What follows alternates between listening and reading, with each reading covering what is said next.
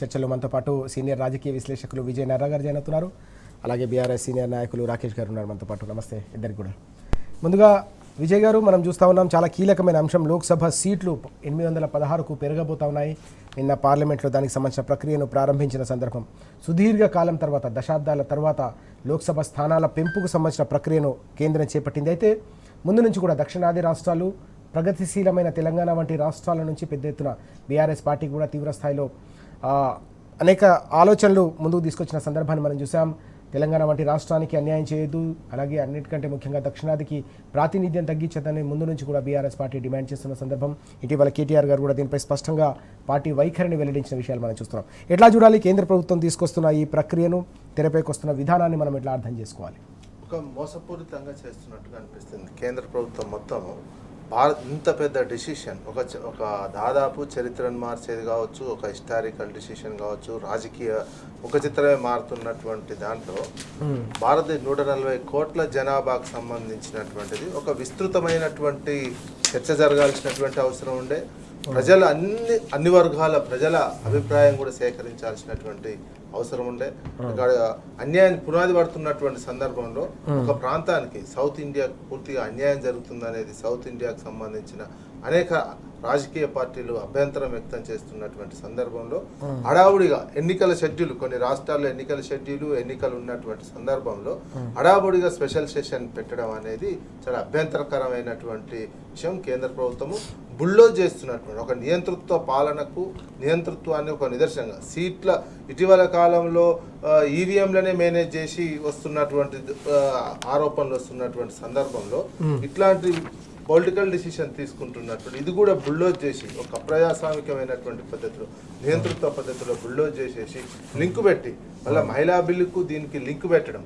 సపరేట్గా చేయాలనుకుంటే సపరేట్ చేయండి. డీలిమిటేషన్కి సంబంధించిన జనాభా లెక్కలు 2034లో చేస్తామని వీళ్ళే చెప్పినటువంటిది. ఇప్పుడు అయినటువంటి జనాభా లెక్కల తర్వాత చేస్తామని దాని నుంచి తప్పించుకొని ఉన్నటువంటి ఒకవేళ మహిళా రిజర్వేషనే కావాలంటే మీరు అప్పటి వరకు ఆగలేకపోతున్నాము అనుకున్నట్టయితే మీరు 543 దాంట్లోనే మహిళా రిజర్వేషన్ చేయండి ఉన్నటువంటి దాంట్లో. ఇవన్నీ కాకుండా కేవలం బెంగాల్ ఎలక్షన్, బెంగాల్ వాళ్ళు కూడా ప్రాతినిధ్యం వహించి ఇక్కడ మాట్లాడాల్సినటువంటి అవసరం ఉంటుంది కదా, అక్కడ ఏ పార్టీ వాళ్ళు ఉన్నప్పటికీ. తమిళనాడు వాళ్ళు కూడా మాట్లాడాల్సినటువంటి అవసరం ఉంటుంది కదా. ఎన్నికలు ఉన్నటువంటి రాష్ట్రాల్లో, అంటే ఒక అంత పెద్ద రాష్ట్రాలకు ఈ భారతదేశంలో ఉన్నటువంటి ప్రాతినిధ్యం వహిస్తున్నటువంటి వాళ్ళు పార్లమెంట్లో వాళ్ళ అభిప్రాయం చెప్పనీయకుండా 3 రోజులు ప్రత్యేక సెషన్ అని పెట్టి దీని మీద హడావుడిగా తీసుకోవాల్సినటువంటి అంశం అయితే కాదు.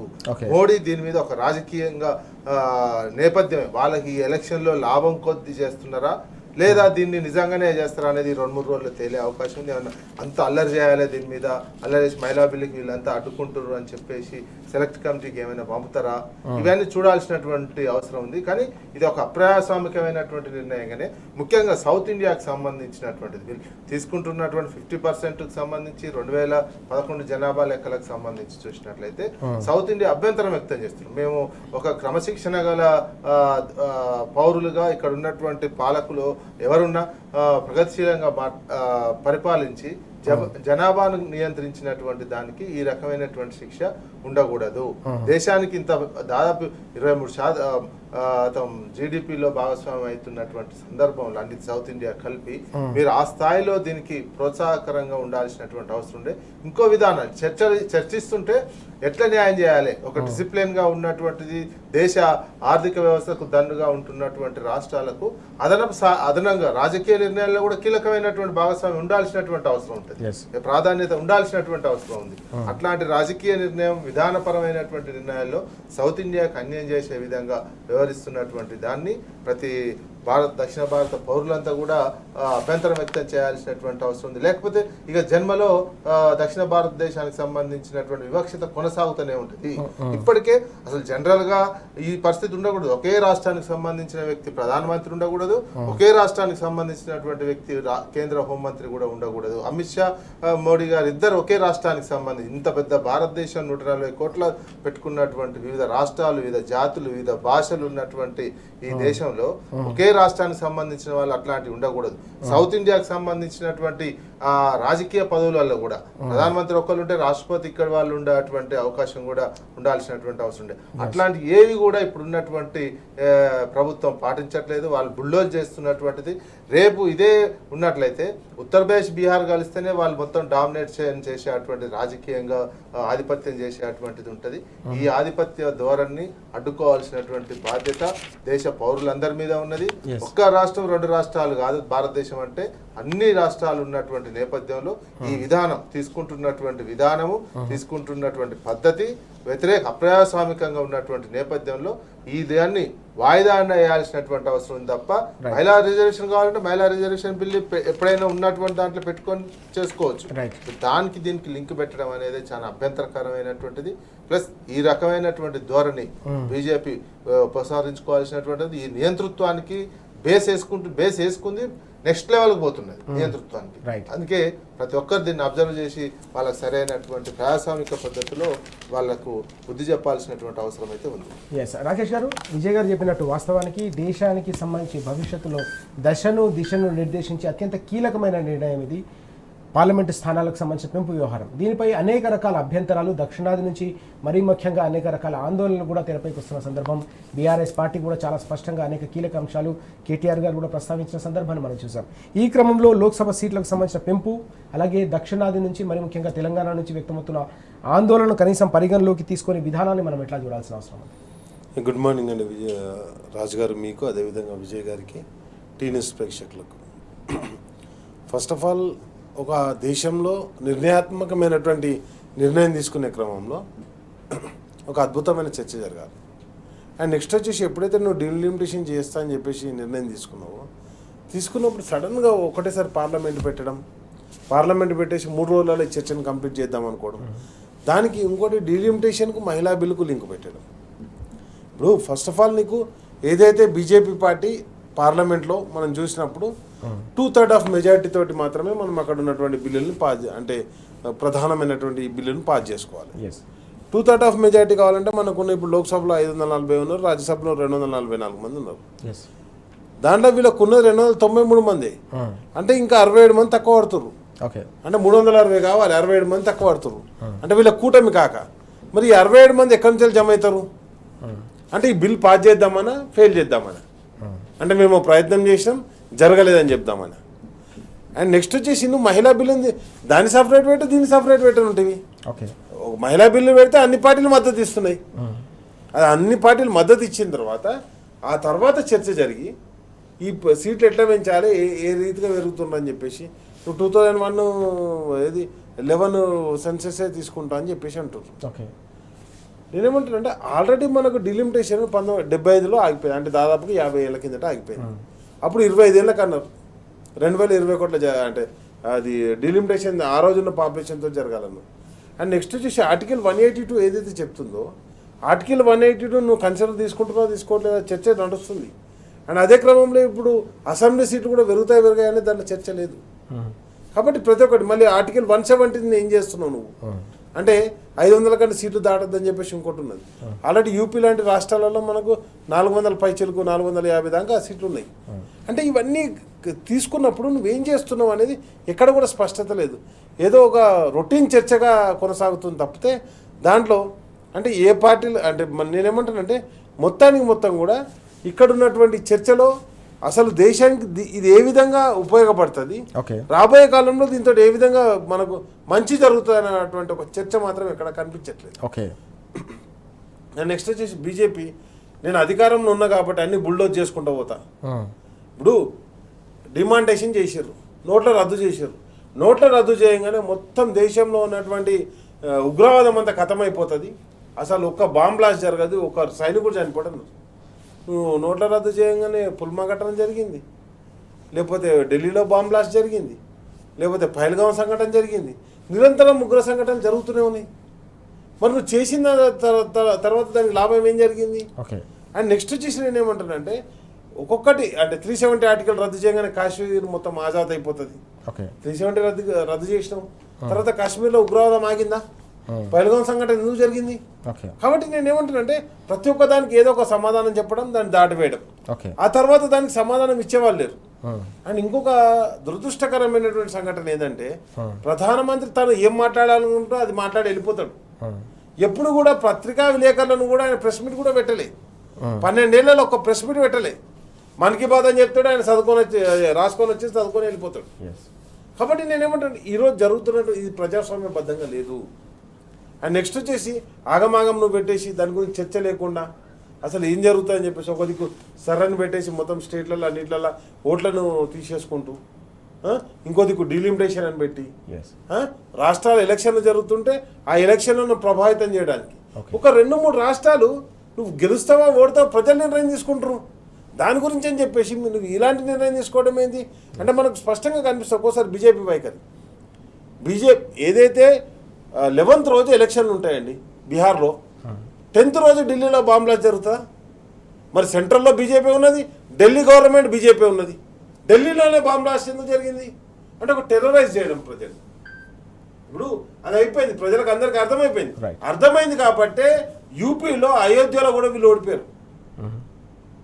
కాబట్టి ప్రజలను మొత్తం ఎప్పటికప్పుడు పక్కదారి పట్టించేటువంటి ఒక కార్యక్రమమే తప్పితే వాళ్ళు చెప్పినటువంటి ఏ మాట కూడా విలువలేనిదని చెప్పేసి డాలర్ ధర పడిపోతాయని చెప్పారు. డాలర్ ధర పెరుగుతూనే ఉన్నది, గోల్డ్ ధర పెరుగుతూనే ఉన్నది. నువ్వు దేన్ని బేస్ చేసుకొని నువ్వు ఈ దేశంలో జిఎస్డిపిని దేని కానీ కంపేర్ చేస్తావు అంటే ఏంది లేదు. మళ్ళీ మనం అతిపెద్ద ఆర్థిక వ్యవస్థ అంటారు. కాబట్టి ఇవన్నీ చెప్పినాయని జూటా మాటలు అయిపోయినాయి. నెక్స్ట్ పార్లమెంట్ ఎలక్షన్లలో వాళ్ళు అనుకున్న రీతిగా డీలిమిటేషన్ చేసి మొత్తం కూడా పార్లమెంట్ స్థానాలను పెంచుకోవడం ద్వారా, అది బీమార్ రాష్ట్రాల్లో ఎస్పెషల్గా బీహార్లో కావచ్చు, యూపీలో కావచ్చు, లేకపోతే మధ్యప్రదేశ్లో కావచ్చు, రాజస్థాన్లో కావచ్చు, ఈ 4 రాష్ట్రాలు 5 రాష్ట్రాలు కలిసి దేశాన్ని ఏలే విధంగా దీని ప్రణాళిక రూపొందించడం జరిగింది. ఆ ప్రణాళికలో భాగంగానే బీమార్ రాష్ట్రాలకు ఈరోజు దేశాన్ని మొత్తాన్ని అంటే వాళ్ళు ఎట్లా ప్రభావితం చేసి వాళ్ళ ప్రభావం చేసి దాన్ని గెలవగలుగుతారో ఆ ప్రాంతాలను గెలుచుకోవడానికి జరుగుతున్నటువంటి కుట్రలో భాగమే తప్పితే దేశం మీద ప్రేమ ఏ రోజు లేదు వీళ్ళకు, కనీసం ప్రజల మీద కూడా ప్రేమ లేదు. కాబట్టి బీజేపీ పార్టీ స్పష్టంగా ఇక్కడ ఒక స్పష్టమైన వైఖరి లేకుండా ముందుకు పోవడం జరుగుతుంది. కాబట్టి దీని గురించి చర్చ జరగాల్సిందే. అది మహిళా బిల్లును సపరేట్గా, అదేవిధంగా ఏదైతే పార్లమెంట్ డీలిమిటేషన్ సపరేట్గా చేయాల్సిన బాధ్యత పార్టీ మీద ఉందండి, అంటే దేశం మీద ఉన్నదని మనకు స్పష్టంగా కనిపిస్తుంది. సార్, చాలా కీలకమైన అంశం ఇది. కేంద్ర ప్రభుత్వం వ్యవహరిస్తున్న తీరు చూస్తూ ఉంటే బీజేపీ వైఖరిపై అనేక రకాల అనుమానాలు కలుగుతున్నాయని విజయ్ గారు అలాగే రాకేష్ గారు స్పష్టంగా చెప్తున్న పరిస్థితి ఇది. దేశ ప్రగతి కంటే కూడా బీజేపీ రాజకీయ ప్రయోజనం కోసం వేస్తున్న ఎత్తుగడగానే భావించాల్సి వస్తుందనే అనుమానాన్ని కూడా వ్యక్తం చేస్తున్న పరిస్థితిని మనం చూస్తాం. మరో అంశం కూడా మనకు కనిపిస్తోంది విజయ్ గారు, ముఖ్యమంత్రి తీసుకొచ్చిన హైబ్రిడ్ ప్రతిపాదన బ్యాక్ ఫైర్ అంటూ ప్రధానమైన వార్త కూడా కనిపిస్తోంది. ఎట్లా చూడాల్సిన అవసరం ఉంది మనం ఈ అంశంలో? దేశవ్యాప్తంగా వ్యక్తమైన రకరకాల అభిప్రాయాలు కావచ్చు, దక్షిణాది నుంచి అనేక రాష్ట్రాల నుంచి వ్యక్తమైన ఆందోళనలు కావచ్చు, బీఆర్ఎస్ పార్టీ కూడా చాలా స్పష్టంగా తెలంగాణ వంటి ప్రగతిశీలమైన రాష్ట్రం, అన్నిటికంటే ముఖ్యంగా జీడిపిలో అత్యంత కీలకమైన పాత్ర పోషిస్తున్న రాష్ట్రం, అనేక విప్లవాత్మకమైన సంస్కరణలు తీసుకొచ్చి దేశానికి అన్నం పెట్టే స్థాయిలో ఆర్థిక చోదక శక్తిగా పనిచేస్తున్న రాష్ట్రానికి అన్యాయం చేయొద్దని చెప్పేసి బీఆర్ఎస్ కూడా తన వైఖరిని స్పష్టం చేసిన అంశాన్ని మనం చూసాం. ఈ క్రమంలో ముఖ్యమంత్రి హైబ్రిడ్ ప్రతిపాదన బ్యాక్ ఫైర్ అనే వార్తను మనం ఎట్లా చూడాల్సిన అవసరం? ముఖ్యమంత్రి గారు ఏంటంటే దేశంలో నేను ఒక వ్యక్తిగా నేను హైలైట్ కావాలి అనే కాన్సెప్ట్లో ఇక జిఎస్డిపిది పెట్టుకొని ఒక చూపిస్తే ఒక ప్రత్యామ్నాయం, ఒక నిర్దిష్టమైనటువంటి విధానాన్ని ప్రత్యామ్నాయంగా అన్యాయం జరగకుండా మేము ఇంత దేశానికి ఆర్థిక చోదక శక్తిగా ఉన్నటువంటి వాళ్ళము, మాకు ఎట్లా లాభం జరగాలనేది ఒక నిర్దిష్టమైనటువంటి ప్రణాళికతోటి విధానం రూపొందించి పార్లమెంట్ ముందు నీ అభిప్రాయం చెప్తే బాగుంటుంది. ఈయన జనరల్గా వెనకట రాజకీయాలు చేసినట్టే ఉత్తగా పిచ్చి మాట అనేద్దాం అంటే ఇప్పుడు ఏంది పార్లమెంట్లో చర్చ. తనకు కావాల్సింది కూడా అదే, కాంగ్రెస్ పార్టీ బాగా తాను విధానమా, ఇది కాంగ్రెస్ పార్టీ విధానము కాదు, సిడబ్ల్యూసీ తీర్మానము చేయలేదు ఆ పార్టీకి, పార్టీ జిఎస్డిపిని బట్టి సీట్ల సంఖ్య పెంచాలనేది కాంగ్రెస్ పార్టీ విధానమా, అది స్పష్టం చేయండి ముందు. అది ఏఐసిసినో లేకపోతే కాంగ్రెస్ పార్టీ అధికారికంగానో ఓ విధానం రూపొందించుకొని ఉంటే దానికి అనుకున్నాను. ఈయన తన వ్యక్తిగతమైనటువంటి ప్రతిష్ట కోసం పార్లమెంట్లో నా పేరు రావాలి, ఆయన టార్గెట్ కూడా రీచ్ అయినట్టే. ఇప్పుడు ఏమైంది, నిన్న సూర్య మాట్లాడినటువంటి దాంట్లో ఈయన తీసుకునేసరికి పార్లమెంట్లో మిగతా ఈయన వ్యక్తిగత స్వార్థమే, ఆడ పార్టీకి నష్టం, వాళ్ళ పార్టీకి నష్టం జరుగుతున్నటువంటి అంశం. కానీ వ్యక్తిగతంగా పార్లమెంట్ మొత్తం దేశవ్యాప్తంగా తెలంగాణ చీఫ్ మినిస్టర్ అనేది ఒక హైలైట్ కావాలి అనే ఇంటెన్షన్తో మాట్లాడుతున్నటువంటి తొండికూతలు కూస్తున్నటువంటి విధానంగానే చూడాల్సినటువంటి అవసరం ఉంది. మీరు ఒకవేళ నిజంగా ఉంటే కాంగ్రెస్ పార్టీని ఒప్పించి నీ స్పష్టమైన జిఎస్డిపి విధానం ఎట్లా ఇంప్లిమెంటేషన్ చేయాలి, సౌత్ ఇండియాకి అన్యాయం జరగకుండా జిఎస్డిపితో పాటు ఇంకేం తీసుకోవాలి పెట్టి ఒక ప్రత్యామ్నాయం కన్స్ట్రక్టివ్గా ఒక ప్రత్యామ్నాయం ముందు పెట్టాలి. పార్లమెంట్ ముందో లేకపోతే నీ అభిప్రాయమో కాంగ్రెస్ పార్టీ ముందో, నీ అభిప్రాయం వేరైపోయింది, కాంగ్రెస్ పార్టీ అభిప్రాయం వేరైపోయింది. ఈ సేమ్ తెలంగాణ విభజన అప్పుడు, రాష్ట్ర విభజన అప్పుడు కనుక కాంగ్రెస్ పార్టీ అక్కడోటి ఇక్కడోటి అన్నాడు. ముఖ్యమంత్రులు కూడా ఇట్లనే మాట్లాడతారా? కాంగ్రెస్ పార్టీ ఉన్నటువంటి 2-3 రాష్ట్రాలు ఉన్న 2-3 రాష్ట్రాలు ముఖ్యమంత్రులు, ప్రతి రాష్ట్రం ముఖ్యమంత్రి ఈ అంశం మీద వేరువేరుగా మాట్లాడుతుంటే కాంగ్రెస్ పార్టీకి దేశాన్ని నడిపించేటువంటి శక్తి లేదా, దేశానికి ఒక ప్రత్యామ్నాయం చూపించేటువంటి విధానాలే లేవా అనేది ఈజీగా పోయింది. ఇంత చిల్లరగా ఉంటుందా కాంగ్రెస్ పార్టీ అనేది? దేశం ప్రజల ముందు అబాస్పాలవుతున్నటువంటి అంశం.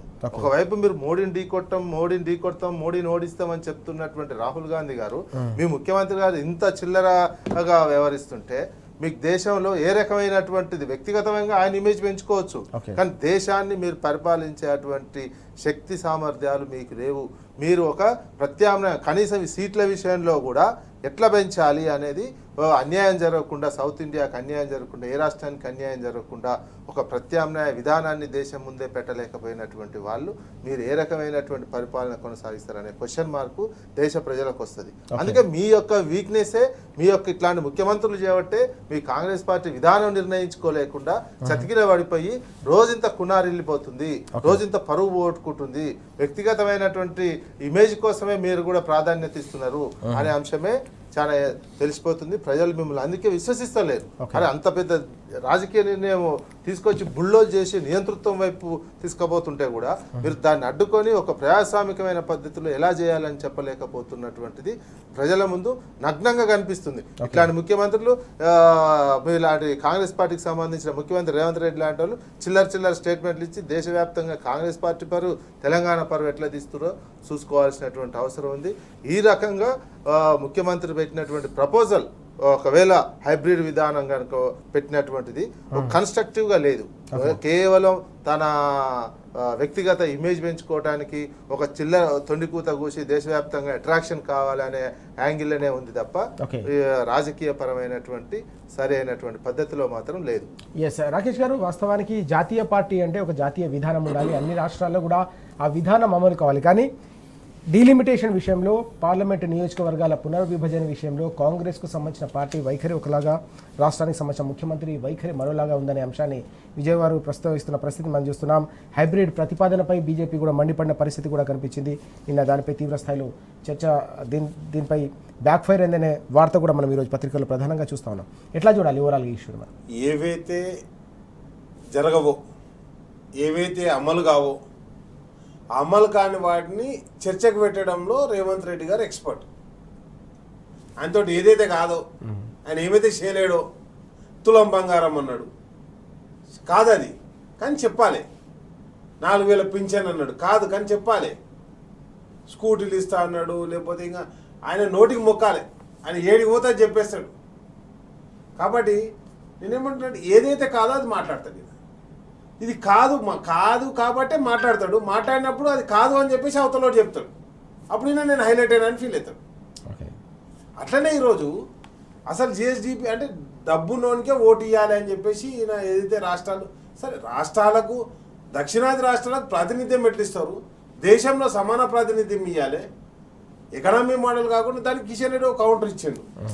నేనేమంటా అంటే కౌంటర్ ప్రతి కౌంటర్ కాదు కదా, నీ విధానం ఏంది, పార్టీ విధానం ఏంది? ఇంకో 100 మంది ఎంపీలు ఉన్నారు, ఈ రాష్ట్రం నుంచి 8 మంది ఎంపీలు ఉన్నారు. అసలు ఈ రాష్ట్ర విధానం ఏంది? దీనిలో నువ్వు ఏం కోరుకుంటున్నావు? ఏది స్పష్టత లేకుండా ఏదో ఒకటి మాట్లాడాలి. రైతులకు రైతు బంధు ఇస్తాడు, యూరియానే తీయలేడట, 15,000 రైతు బంధు ఇస్తాడు, ఇప్పుడు 1 ఎకరం కేసు. కాబట్టి ఏదైతే ఆయన చెయ్యడో, ఏదైతే కాదో ఆ విధానం లేకుండా మాట్లాడటమే ఈయన విధానం. ఇప్పుడు కాదు, ఎప్పటికీ మీరు చూడండి, ఏ మీటింగ్లో పోయినా కానీ ఏం చేస్తాడు, అయితే తిట్టిపోతాడు, కేసీఆర్ కేటీఆర్ తిట్టిపోవాలి, లేకపోతే కానీ ఏదైనా చెప్పిపోవాలి. అంతే తప్పినతో అయ్యేది ఏది మాత్రం చెప్పడు. ఓకే, ఈయన ఏం చేయగలుగుతాడు? ఇంతవరకు నువ్వేం చేసినావు, ఎట్లా చేస్తావు కూడా చెప్పలేడు. ఇప్పుడు కేటీఆర్ గారు ఏదైతే అప్పుడు స్టాలిన్ గారు మీటింగ్ పెట్టినప్పుడు ఒక ప్రధాన ప్రతిపక్షంగా అంటే ముఖ్యమంత్రితో పాటు కేటీఆర్ గారిని పిలవడం జరిగింది. ఆ పిలిచినటువంటి వేదిక మీద కేటీఆర్ గారు స్పష్టంగా చెప్పడం జరిగింది, మా విధి విధానం ఏంది, మా పార్టీ విధానం ఇది. ఒకవేళ నిజంగానే ప్రాతినిధ్యం మొత్తం కూడా బీమార్ రాష్ట్రాలకు ఇస్తే అక్కడ గెలిస్తే మాత్రమే దేశాన్ని పరిపాలిస్తామనుకుంటే అప్పుడు ఆటోమేటిక్గా ఇక్కడ ఉన్నటువంటి సౌత్ ఇండియా మొత్తం ఆల్రెడీ నష్టం జరుగుతుంది. కేంద్రం నుంచే నిధులు రావట్లేదు, ఇప్పటికే నిధులు కేటాయింపు ఆపేసారు. ఇప్పుడు మిషన్ కాకతీయ అని కేసీఆర్ గారు చేపట్టడం జరిగింది, అదేవిధంగా మిషన్ భాగీరథ అని చెప్పేసి కేసీఆర్ గారు చేపట్టడం జరిగింది. ఆ రెండింటికి కూడా సెంట్రల్ ఆ నీతి ఆయోగ్ ఒక 19,000 కోట్ల రూపాయలు కేటాయించాలన్నా కానీ కేటాయించలేదు. నువ్వు నిధులేం కేటాయించకుండా సౌత్ నుంచి ఓన్లీ ట్యాక్స్ వసూలు సెంటర్గా చేసుకొని మా ప్రాతినిధ్యం లేనప్పుడు మా గొంతుగా ఉండదు అని చెప్పేసి కేటీఆర్ గారు స్పష్టంగా చెప్పడం జరిగింది. కాబట్టి మీరు ఈ విధానంలో ఏ విధానం తీసుకుంటారని చెప్పేసి ప్రశ్నించడం జరిగింది. అట్లా కాంగ్రెస్ పార్టీ విధానం ఏంది, కాంగ్రెస్ పార్టీ వైఖరి ఏంది. అండ్ నెక్స్ట్ వచ్చేసి నేనేమంటానంటే సీఎం రేవంత్ రెడ్డి గారు అనేట ఆయనకు వాయిస్ ఉండదు. ఎందుకంటే ఆయన కాంగ్రెస్ పార్టీ ఒక ఎమ్మెల్యే, ఆయన ముఖ్యమంత్రి చేసింది కాంగ్రెస్ పార్టీ. అసలు నీ కాంగ్రెస్ పార్టీ వైఖరి ఏంది? నువ్వు ఎంతసేపు నీకు తోచింది మాట్లాడతా కాదు కదా, నీ వైఖరి ఏంది? కాంగ్రెస్ పార్టీ వైఖరి ఏంది? కాంగ్రెస్ పార్టీ ఏం చెప్తుంది అసలు? కాంగ్రెస్ పార్టీ విధి విధానాలు ఏంది? ఇప్పటివరకు తేటతెల్లం కాలేదు. కాబట్టి దాన్ని తేటతెల్లం కానప్పుడు దాని గురించి ఈయన చర్చ, ఈయన ఏదో జరిగేటట్టు పెట్టడం, ఆయన తిట్టి సెషన్ కంప్లీట్ అయింది అన్నట్టు బీజేపీ ఫీల్ కావడం, నేనేమంటే ఎంత అంటే లోపభూయిష్టంగా చర్చ జరుగుతుంది. ఒక విధి విధానం లేనటువంటి ఒక సమగ్రమైనటువంటి తెలంగాణ జాగ్రఫీ కావచ్చు, అదేవిధంగా భారతదేశం యొక్క జాగ్రఫీ కావచ్చు. మనం చూసిన మతంలో ఆయన మాట్లాడినప్పుడు తెలంగాణకు 3 దిక్కుల సముద్రం ఉందంటాడు, లేకపోతే ఏది ఒక డ్యామ్ వచ్చేసి ఇక్కడ లేని డ్యామ్ ఇక్కడనే ఉందని చెప్తాడు. నేను ఏమంటానంటే ఒక విధానం లేనటువంటి విధి విధానం లేనటువంటి అవగాహన లేనటువంటి ముఖ్యమంత్రి ఏనుంటే ఈ దేశం మీద అవగాహన లేనటువంటి కాంగ్రెస్ పార్టీ ఈ దేశాన్ని ఎట్లయినా కానీ అదానికి అంబానికి కట్టాలని చెప్పేసి బీజేపీ పార్టీ ఈ పోరాటమే నడుస్తుంది తప్పితే ఎక్కడ కూడా ప్రజల గురించి సంక్షేమం గురించి నడవట్లేదు. కాబట్టి సీఎం రేవంత్ రెడ్డి గారు ఏది మాట్లాడినా ఆయనకు రియల్ ఎస్టేట్ తప్ప ఏది తెలియదు.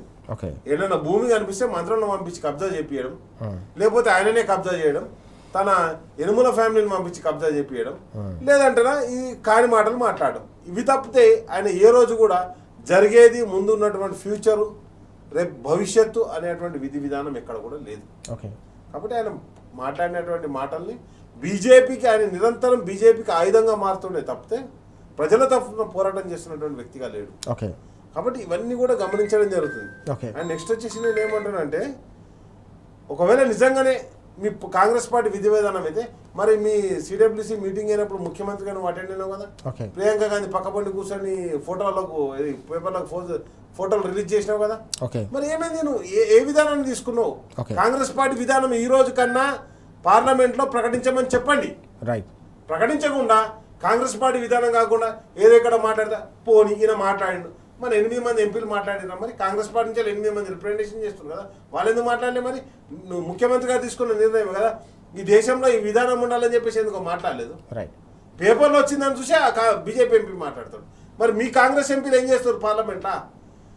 అండ్ ఒక దిక్కు కాంగ్రెస్ ఎంపీలు ఏం చేస్తారు, ఇంకో దిక్కు బీజేపీ ఎంపీలు ఏం చేస్తారు? ఏం అర్థం కానటువంటి పరిస్థితి రాష్ట్రానికి. విజయ్ గారు, ఇక్కడ మరో కీలకమైన అంశం ఈ డీలిమిటేషన్ ప్రక్రియలో భాగంగానే మహిళా రిజర్వేషన్కు సంబంధించిన కోటాకు సంబంధించిన పెంపు పైన కూడా ఈరోజు ప్రతిపాదన తెరపైకి తీసుకొచ్చిన సందర్భం కేంద్ర ప్రభుత్వం ఆ దిశగా కూడా అడుగులేస్తున్న పరిస్థితి కూడా కనిపిస్తుంది. దానిపై కూడా రకరకాల అభిప్రాయాలు కావచ్చు, రకరకాల ఆందోళనలు వ్యక్తమవుతున్న సందర్భాన్ని మనం చూసాం. బీఆర్ఎస్ పార్టీ కూడా తన వైఖరిని స్పష్టం చేసిన అంశం కూడా మనం చూస్తూ ఉన్నాం. ఇట్లా చూడాలి మహిళా కోటాకు సంబంధించిన రిజర్వేషన్ బిల్లును ఈ డీలిమిటేషన్లో భాగంగా తీసుకురావాలని ఎట్లా అర్థం చేసుకోవాలి? మహిళా కోటా బిల్లును ఏ రాజకీయ పార్టీ కూడా భారతదేశంలో వ్యతిరేకించట్లేదు.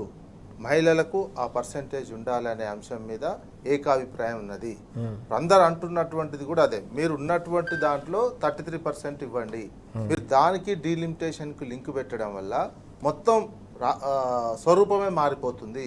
మీరు ఇంటెన్షన్ వేరే కనిపిస్తుంది, రాజకీయ దురుద్దేశం కనిపిస్తుంది, మీ సొంత రాజకీయ లబ్ధే కనిపిస్తుంది తప్ప భారతదేశ ప్రజల ఉపయోగకరమైనటువంటిది కావచ్చు, మహిళలకు సంబంధించినటువంటి ఉపయోగకరమైనటువంటిది కావచ్చు, రాజకీయంగా ఆ అంశం మీకు లేదు. కేవలం వ్యక్తి వాళ్ళ పార్టీ పరంగా నెక్స్ట్ మళ్ళా అధికారంలోకి రావడం కోసం చేస్తున్నటువంటి చర్య కిందనే, కంటి తుడుపు చర్య కిందనే ఉన్నది తప్ప మీరు నిన్న మాట్లాడినటువంటి పార్టీలన్నీ కూడా అఖిలేష్ యాదవ్ కావచ్చు, మిగతా వాళ్ళు కాదు, మీరు మహిళలకు సంబంధించినటువంటి విషయంలో చిత్తశుద్ధి లేదు. మీరు కేవలం నినాదంగా పెట్టుకున్నటువంటిది మీరు రాజకీయ లబ్ధి కోసం చేస్తున్నటువంటి అంశం కిందనే చూడాల్సినటువంటి అవసరం ఉందనేది. ఎందుకంటే మీరు ఒకవేళ ఉన్న అనుకుంటే ఉన్న 543 దాంట్లో 33% పెట్టు, అది చేయొచ్చు. ప్లస్ మీరు ఈ మహిళా బిల్లే కావాలి ఇది అనుకుంటే దాదాపు ఇప్పుడు 12 సంవత్సరాల నుంచి ఏకఛత్రాధిపత్యంగా మీరు అధికారంలో ఉన్నారు. మీరు 12 సంవత్సరాల నుంచి ఏకఛత్రాధిపత్యంగా అధికారంలో ఉండి ఫుల్ మెజార్టీతో అధికారంలో ఉండి ఎందుకు తీసుకురాలేకపోయారు? 2024లో జరిగినటువంటి పార్లమెంట్ ఎలక్షన్లనే మీరు ఎందుకు తీసుకురాలేకపోయారు మహిళా బిల్లు? అప్పుడు ఎవరైనా అడ్డుకు, ఎందుకంటే ఎక్కువ బలం ఉంది అప్పుడు సొంతంగానే చాలా బలం ఉన్నటువంటి వాళ్ళు. అంటే ఇంటెన్షన్ కనిపిస్తుంది, రాజకీయ దురుద్దేశమే కనిపిస్తుంది తప్ప దేశ సంక్షేమమే కావచ్చు, దేశానికి సంబంధించినటువంటి ఒక పటిష్టమైనటువంటి మహిళలతో నిర్మించాలనేటువంటి ఉద్దేశం కానీ అది లేదు. రాజకీయ ఇప్పుడు అది కూడా మళ్ళీ హడావుడిగా ఒక రాష్ట్ర కొన్ని రాష్ట్రాల ఎలక్షన్స్ పెట్టుకున్నటువంటి సందర్భంలో మళ్ళీ ఏం చేస్తారు? 2024 ముందంటే ఉత్తరప్రదేశ్ ఎలక్షన్లకి ఇది ఇంప్లిమెంటేషన్ చేస్తారా లేదా? ఉత్తరప్రదేశ్ ఇతర రాష్ట్రాలకు కావాల్సినటువంటి ఎలక్షన్లు వాళ్ళ వరకు తప్పించుకొని మిగతా రాష్ట్రాల వరకు, గుజరాత్ కావచ్చు, ఉత్తరప్రదేశ్ కావచ్చు, ఇంకా వాళ్ళ బలమైనటువంటి రాష్ట్రాలలో ఇది ఇంప్లిమెంటేషన్ అయ్యే విధంగా ఒకవేళ బిల్ పాస్ అయినా చేస్తారా లేదా అనేది క్లారిటీ లేదు. మిగతా వాళ్ళకు బలం లేనటువంటి రాష్ట్రాలలో దీన్ని ఇంప్లిమెంటేషన్ చేసేసి నెక్స్ట్ వచ్చే టైంకి 2029 కాబట్టి ఆ తర్వాత వచ్చేటువంటి దాంట్లోకి వాళ్ళ రాష్ట్రాలను కలుపుకునే విధంగా, అంటే ఏ రకం కూడా ఇంప్లిమెంటేషన్ విషయంలో కావచ్చు, ఈ బిల్లు తీసుకొచ్చినటువంటి విషయంలో కావచ్చు, బిల్లు రూపొందించినటువంటి విధానంలో కావచ్చు, ఏ విషయంలో కూడా ఒక స్పష్టమైనటువంటి దేశానికి ఉపయోగపడేటువంటి నిర్ణయం మాత్రం ప్రస్తుతం లేదు. కేవలం మహిళలను అడ్డుపెట్టుకుని డీలిమిటేషన్ తీసుకొని వచ్చి మేము బయటపడాలి రాజకీయంగానే ప్రధానమైనటువంటి ఇంటెన్షనే బీజేపీది కనిపిస్తుంది. ఎంపీలకు సంబంధించిన నియోజకవర్గాల పునర్విభజనే కాదు, మహిళా రిజర్వేషన్ విషయంలో కూడా బీజేపీ చిత్తశుద్ధిపై అనేక రకాల అనుమానాలు వ్యక్తమవుతున్నాయనే విషయాన్ని విజయ్ గారు ప్రస్తావిస్తున్న పరిస్థితిని మనం చూస్తా ఉన్నాం. రాకేష్ గారు, మనం చూసామా సమాజంలో సగభాగమైన మహిళలకు తప్పకుండా రాజకీయ ప్రాతినిధ్యం కూడా ఉండాలని బీఆర్ఎస్ హయాంలో గతంలోనే 10 ఏళ్ల కాలంలో అనేక రకాల అవకాశాలు తెలంగాణ ఇచ్చిన సందర్భం, తెలంగాణ వేదికగా నిలిచిన సందర్భం. మహిళా రిజర్వేషన్ బిల్లుకు సంబంధించిన విషయంలో కూడా బీఆర్ఎస్ ముందు నుంచి కూడా సానుకూలంగా ఉన్న సందర్భాన్ని మనం చూసాం. అయితే ఈ బిల్లును తీసుకొచ్చిన విధానం పైన అనేక రకాల అనుమానాలు వ్యక్తమవుతున్నాయనే చర్చ ఇంతకుముందు విజయ్ గారు కూడా విషయాన్ని ప్రస్తావించారు. ఎట్లా చూడాలి ఓవరాల్గా కేంద్ర ప్రభుత్వానికి సంబంధించిన వైఖరిని కావచ్చు, చిత్తశుద్ధిని కావచ్చు? నిజంగానే మీకు అది చిత్తశుద్ధి ఉన్నట్టు అనిపిస్తుందా, లేక ఏమైనా అనుమానాలు కనిపిస్తున్నాయి? అంటే ఇక్కడ ఒక గమ్మత్తైనటువంటి విషయం కనిపిస్తుంది. ఏంటంటే మహిళా బిల్లును డీలిమిటేషన్ రెండు కలిపి పెట్టడం ద్వారా బీజేపీ పార్టీ, అంటే బీజేపీ పార్టీ అది బిల్లు పాస్ కావాలని చూస్తుందా, పాస్ కావద్దని చూస్తుందా అర్థమవుతలేదు అనమాట. ఒకటి నెంబర్ 1. నెంబర్ 2 వచ్చేసి నేను ఏమంటానంటే, కేసీఆర్ గారు మొదటి నుంచి కూడా మహిళా పక్షపాతి. కేసీఆర్ గారు అయితే షాదీ ముబారక్, కళ్యాణ లక్ష్మి కావచ్చు, కేసీఆర్ కిట్ పెట్టడం కావచ్చు, ఇది ప్రెగ్నెంట్ అయినటువంటి ప్రతి మహిళకు 12,000 రూపాయలు పాప పుడితే 13,000 రూపాయలు పాప పుడితే అని చెప్పేసి ఇది పెట్టడం కావచ్చు. అదేవిధంగా జిహెచ్ఎంసీలో ఈ 50% మహిళలకు రిజర్వేషన్ కల్పించడం కావచ్చు. అండ్ నెక్స్ట్ వచ్చేసి అప్పటిదాకా మార్కెట్ కమిటీ చైర్మన్లలో అసలు రిజర్వేషన్లు అనేవి లేవు. దాంట్లో బీసీ, ఎస్సీ, ఎస్టీలకు రిజర్వేషన్లు కల్పించడం కావచ్చు, మహిళలకు దాంట్లో 50% రిజర్వేషన్ కల్పించడం కావచ్చు, స్థానిక సంస్థలలో వాళ్ళ ప్రాతినిధ్యాన్ని పెంచడం కావచ్చు. ఇవన్నీ కూడా కేసీఆర్ గారు మహిళా పక్షపాతి. అండ్ నెక్స్ట్ వచ్చేసి కేసీఆర్ గారు ఎప్పుడైతే మహిళా బిల్లుకు మహిళలకు కంపల్సరీ 33% రిజర్వేషన్ ఇవ్వాలని చెప్పేసి ఆయన ఎప్పుడో తీర్మానం చేసి అసెంబ్లీలో తీర్మానం చేసి పంపించడం జరిగింది. అండ్ నెక్స్ట్ వచ్చేసి నేను ఏమంటానంటే, ఎస్పెషల్గా జిహెచ్ఎంసీ పరిధిలో మనం చూసాం, అప్పుడు మున్సిపల్ శాఖ మంత్రిగా కేటీఆర్ గారు ఉన్నప్పుడు 50% రిజర్వేషన్ ఏ దేశం మొత్తం ఎక్కడ కూడా లేదు. మీరు అన్నట్టు మేము సగం సమాజంలో అంటే కిత్నా ఆబాది ఉత్నా హక్ అని చెప్పేసి రాహుల్ గాంధీ మాట్లాడినప్పుడు మరి ఆయన 50% గురించి ఎందుకు మాట్లాడి 33%కే ఇంకా ముందు ఆడుతున్నాయి. అంటే గతంలో కాంగ్రెస్ పార్టీ ఇవ్వాల్సిన ఆవశ్యకత ఉండే, అవసరం ఉండే, ఆయన కాంగ్రెస్ పార్టీ చేయలేదు. ఈరోజు బీజేపీ పార్టీ తన రాజకీయ లబ్ధి గురించి దీన్ని ముందడి తీసుకొచ్చింది. కానీ స్పష్టంగా మా వర్కింగ్ ప్రెసిడెంట్ గారు మా అందరికి కూడా దిశానిర్దేశం చేయడం జరిగింది ఏంటంటే మనం 33% మహిళా రిజర్వేషన్కు సంపూర్ణ మద్దతు ఇస్తున్నాం, ఆల్రెడీ మనం బిల్ పాస్ చేసి పంపించినామని కూడా చెప్పడం జరిగింది. కాబట్టి ఆ మహిళా బిల్లు అది అవుతుందా కాదా అనేది ఒక ప్రధాన అంశం అయితే, ఇంకోటి ఏమవుతుందంటే ఇప్పుడు డీలిమిటేషన్ అయిన తర్వాత discrimination between south and north అది అంతరం పెరుగుతున్నట్టుగా కనిపిస్తుంది. ఎందుకంటే మనకు 543 స్థానాలు ఉన్నప్పుడు మన ప్రాంతంలో 130 స్థానాలండి. 130 స్థానాలు ఉన్నప్పుడు మనకు 413 ఫరక్ ఉంటుండే. నార్త్ ఇండియా మొత్తం 413 మనకంటే ఎక్కువ ఉంటుండే. ఇప్పుడు ఏమవుతుంది, అది 600 పైచీలకు 620కి పోతుంది. పెరిగినటువంటి సీట్లతోటి గతంలో ఉన్నటువంటి డిస్క్రిమినేషన్ కానీ ఇప్పుడు ఎక్కువ పెరుగుతుంది. అంటే నార్త్ ఇండియా ఏది కావాలనుకుంటే అది చేసుకునేటువంటి పరిస్థితి. కానీ అదే సమయంలో ఈ బిల్లులో కూడా అన్ని రాష్ట్రాలకు ఇప్పుడు నువ్వు బిల్లులో అంటే నేనేమంటానంటే ఇది పెట్టిన తర్వాత మనకు నిధులు వస్తాయా అనేది కూడా ఒక డౌట్ ఉంటుంది. ఎందుకంటే ఎవరైతే వాళ్ళు అక్కడ ఎక్కువ శాతం మెజారిటీ ఉంటుందో వాళ్ళు దానికి సంపూర్ణ మద్దతు ఇచ్చుకుంటారు. ఇప్పుడు రైల్వే ప్రాజెక్టు దానికి బెస్ట్ ఉదాహరణ. ఏ రాష్ట్ర మంత్రి రైల్వే శాఖ మంత్రి ఉంటే ఆ రాష్ట్రానికి ఎక్కువ నిధులు పోతుంది. ఇప్పుడు వస్తాయా రావా అనేది ఇంకోటి. కాబట్టి ఇవన్నీ ఉన్నప్పుడు మహిళా బిల్లుకు మాత్రం సంపూర్ణంగా బీఆర్ఎస్ పార్టీ మద్దతు ఇస్తుంది. కేసీఆర్ గారి ఆధ్వర్యంలో గతంలోనే బిల్ పాస్ చేసి పంపించడం జరిగింది. ఇప్పుడు మహిళా బిల్లును పెట్టేదాన్ని కూడా మేము సంపూర్ణంగా సమర్థిస్తాం. మహిళా బిల్లుకు పూర్తి స్థాయిలో బీఆర్ఎస్ మద్దతు ఇస్తున్న పరిస్థితి కూడా మనకు కనిపిస్తూ ఉంది. దీంతో పాటుగా డీలిమిటేషన్ ప్రక్రియలో కూడా తప్పకుండా కేంద్ర ప్రభుత్వం అనుసరిస్తున్న వైఖరి మాత్రం అనేక రకాల అనుమానాలకు తావిస్తుందనే విషయాన్ని చాలా స్పష్టంగా రాకేష్ గారు అలాగే విజయ్ గారు కూడా వ్యక్తం చేస్తూ ఉన్నారు.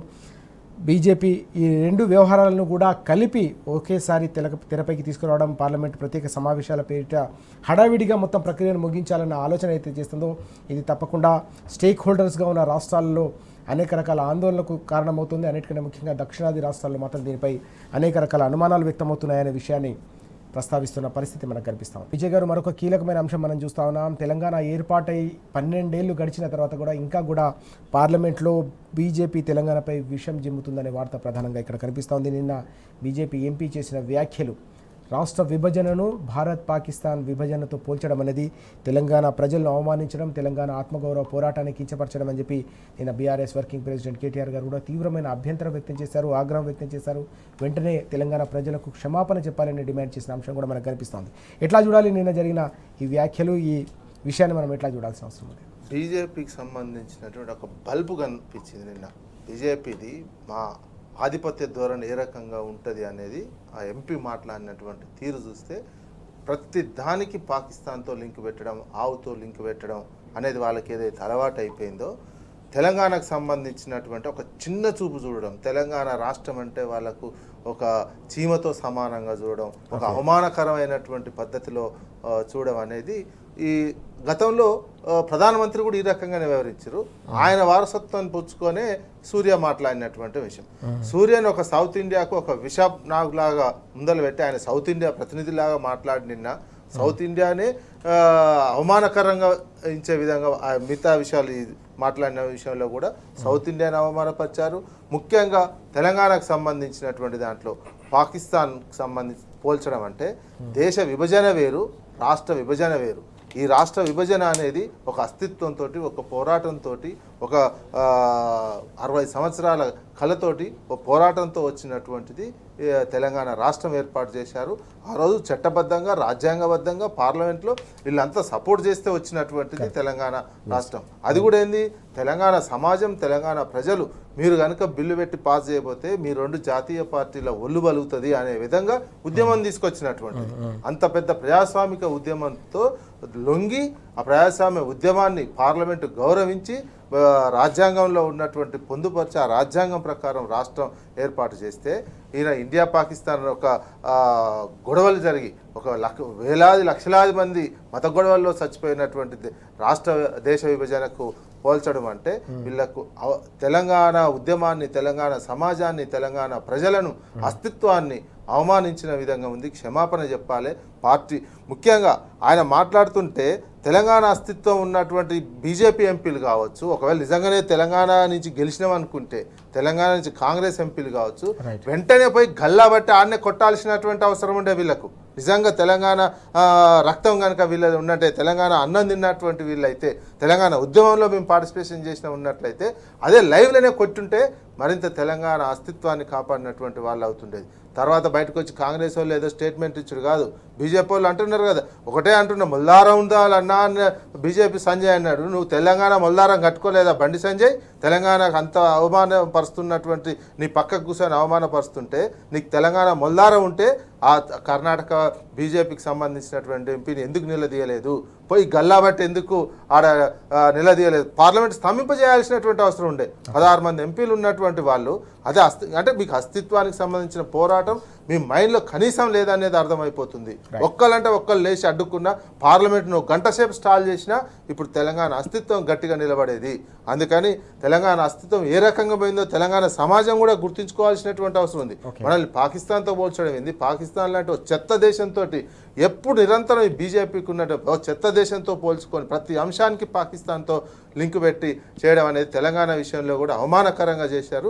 తెలంగాణ బీజేపీకి క్షమాపణ చెప్పాలి, తెలంగాణ బీజేపీ తెలంగాణ ప్రజలకు క్షమాపణ చెప్పాలి. ఆ ఎంపీ ముఖ్యంగా క్షమాపణ ఎప్పుడైనా వచ్చినట్లయితే ఇక్కడికి తెలంగాణకు వస్తే రానియకుండా అడ్డుకోవాల్సినటువంటి బాధ్యత తెలంగాణ సమాజం మీద ఉంది, తెలంగాణ బుద్ధిజీవుల మీద ఉంది. కంపల్సరీగా క్షమాపణ చెప్పాల్సినటువంటిది ఉంది. వెనక్కి తీసుకోవాలి ఆ మాటలు. రికార్డులోకి వెళ్ళి కూడా పార్లమెంట్లో రికార్డులోకి వెళ్ళి నుంచి కూడా తొలగించే విధంగా ఈరోజు పార్లమెంట్లో మిగతా ఎంపీలు నోటీస్ ఇవ్వాల్సినటువంటి అవసరం కూడా ఉంది. రాకేష్ గారు, మనం చూస్తున్నాం వాస్తవానికి 6 దశాబ్దాల ఆకాంక్ష తెలంగాణ ఏర్పాటు అనేది, త్యాగాల పునాదుల మీద తెలంగాణ సాధించుకున్న సందర్భం.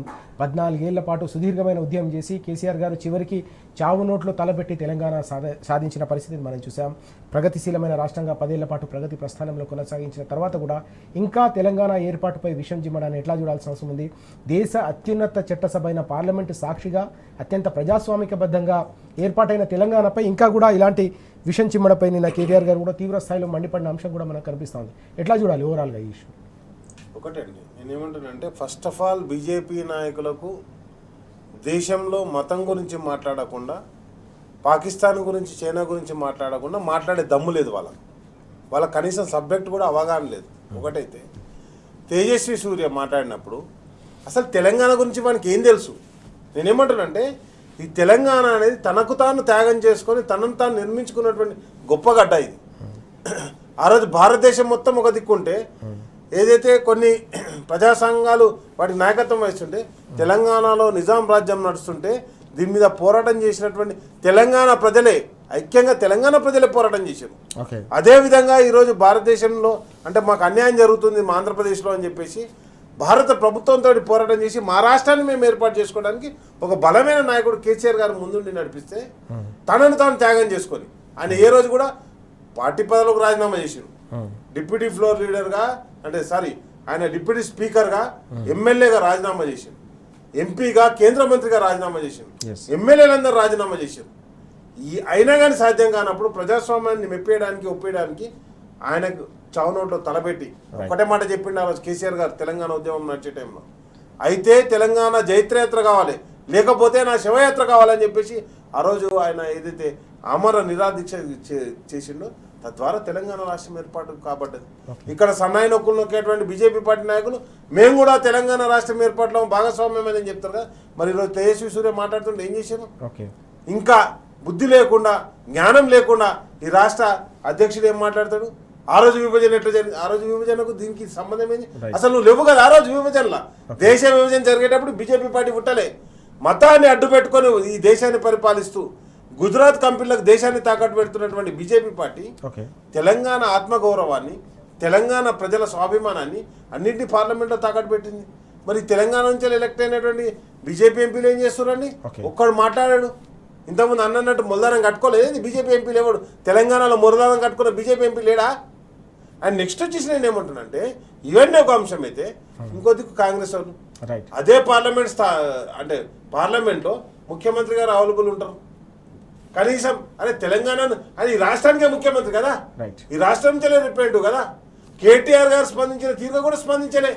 కేటీఆర్ గారు ఒక మాట జరగగానే వెంటనే కేటీఆర్ గారు దాన్ని తీవ్రంగా ఖండించడం జరిగింది. ఎందుకంటే తెలంగాణ గురించి పోరాటం చేసినటువంటి నాయకుడు, తెలంగాణ గడ్డ అంటే ప్రేమ ఉన్నటువంటి నాయకుడు. ఈ రోజు కూడా విదేశాల్లో ఏ పర్యటనకు పోయినా కానీ అరే తెలంగాణకు పెట్టుబడులు పెట్టండి, తెలంగాణ అభివృద్ధి చెందాలని కోరుకుంటున్న నాయకుడు కేటీఆర్. ఓకే కానీ ఈ రాష్ట్ర ముఖ్యమంత్రిగా ఉండి ఓకే కనీసం పార్లమెంట్లో డిస్కషన్ జరుగుతుంది, దిశానిర్దేశం చేయవు. ఆ 8 మంది ఎంపీలు, కాంగ్రెస్ ఎంపీలు, తెలంగాణ నుంచి గెలిచినటువంటి 8 మంది ఎంపీలు పక్క రాష్ట్రంలో దిక్కేలేరు కదా, రైట్ ఆడ కర్ణాటకలో కూడా దిక్కులేరు కదా కాంగ్రెస్ ఎంపీలు. Right. మరి ఎంపీలు ఇక్కడ 8 మంది లేచి ఎట్లంటావు అని చెప్పేసి గల్లా పట్టుకొని శాతకాలే, ఏం శాతం అయితే అది ఓకే దందాలు చేసుకోనికి ఢిల్లీకి పైసలు మాయనికి తప్ప దేనికి పనికిరాడు ఈ రాష్ట్ర ముఖ్యమంత్రి. కాబట్టి ఈ రాష్ట్ర కాంగ్రెస్ పార్టీ విఫలమైంది, ముఖ్యమంత్రి విఫలమైన, సంపూర్ణంగా ఈ ప్రాంతంలో ఉన్నటువంటి బీజేపీ తెలంగాణ బిడ్డలమని చెప్పుకునేటువంటి అర్హత కూడా బీజేపీ పార్టీ మొత్తం కోల్పోయింది. ఎస్ కాబట్టి నేనేమంటున్నానంటే ఇలాంటి వ్యాఖ్యలు చేసేటప్పుడు ఒకటి తప్పకుండా ఆయనకు ఏదైతే పార్లమెంట్ సాక్షిగా Right. ప్రతి ఒక్కదానికి అసలు తెలంగాణ అంటే పాకిస్తాన్ లెక్క కనిపిస్తుందా నీకు? ఓకే ఏదైతే బీజేపీ నాయకులకు ఇక్కడి నుంచి ఎంపీలు కావాలి, ఇక్కడి నుంచి నిధులు కావాలి, ఇక్కడి నుంచి పథకాలు కావాలి, కానీ మీరు మాత్రం తెలంగాణ మాత్రం పాకిస్తాన్ లెక్క కనిపిస్తుంది. Right. మరి ఎందుకున్నారా పాకిస్తాన్ సపరేట్గా రాజీనామా చేయరాదు? మీరంతా బీజేపీ నాయకులు అంతా పీక రాదు, ఏడున్నది ఆడికి ఎందుకు మాట్లాడుతున్నారు అట్లా? Right. కాబట్టి తెలంగాణ ప్రజలను పదే ఇంతకుముందు ప్రధానమంత్రి కూడా ఇదే మాట మాట్లాడిండు. నిన్న కేటీఆర్ గారు స్పష్టంగా ట్విట్టర్లో చెప్పిండు. ఓకే ప్రధానమంత్రి కూడా ఇంతే మాట్లాడు, ఏమని తల్లిని అంటే బిడ్డను ముట్టించాడు, తల్లిని చంపారని చెప్పిండు. అంటే కంప్లీట్ గా తెలంగాణ మీద విషం కక్కుతున్నటువంటి బీజేపీ నాయకులను ప్రజలందరూ గమనించడం జరుగుతుంది. తప్పకుండా ఈ 8 మంది ఎంపీలు ఎన్ని నిధులు తీసుకొచ్చిర్రో, ఏం చేస్తుర్రో, తెలంగాణను పాకిస్తాన్ తోటి పోల్చిన దిక్కు అంటే కనీసం మాట్లాడే చావచచ్చినటువంటి ఎంపీలు ఈ రోజు పార్లమెంట్లో కూర్చున్నారు. ఎస్ సార్, మనం చూస్తా ఉన్నాం తెలంగాణను అడుగడుగునా కూడా అవమానించడమే కాకుండా అత్యున్నత చట్టసభ అయిన పార్లమెంటు వేదికగా తెలంగాణ ఆత్మగౌరవాన్ని దెబ్బతీస్తూ ఉంటే తెలంగాణ నుంచి గెలిచిన కాంగ్రెస్ అలాగే బీజేపీ ఎంపీలు ఏం చేస్తూ ఉన్నారని చెప్పేసి రాకేష్ గారు అలాగే విజయ్ గారు కూడా సూటిగా ప్రశ్నిస్తున్న సందర్భం కూడా కనిపిస్తోంది. తెలంగాణ స్వీయ రాజకీయ అస్తిత్వమైన బీఆర్ఎస్కు లోక్సభలో ఉంటే బీఆర్ఎస్ ఎంపీలు ఉంటే అడుగడుగునా కూడా నిలదీసేవారు, తప్పకుండా క్షమాపణ చెప్పేవారు కూడా వదిలిపెట్టేవారు కాదని కూడా వారు స్పష్టం చేస్తున్న అంశాలు మనకు కనిపిస్తున్నాయి. థ్యాంక్ యూ వెరీ మచ్ చర్చలో పాల్గొన్నందుకు. ఇది ఇవాల్టి వార్తలు వాస్తవాలు. నమస్తే.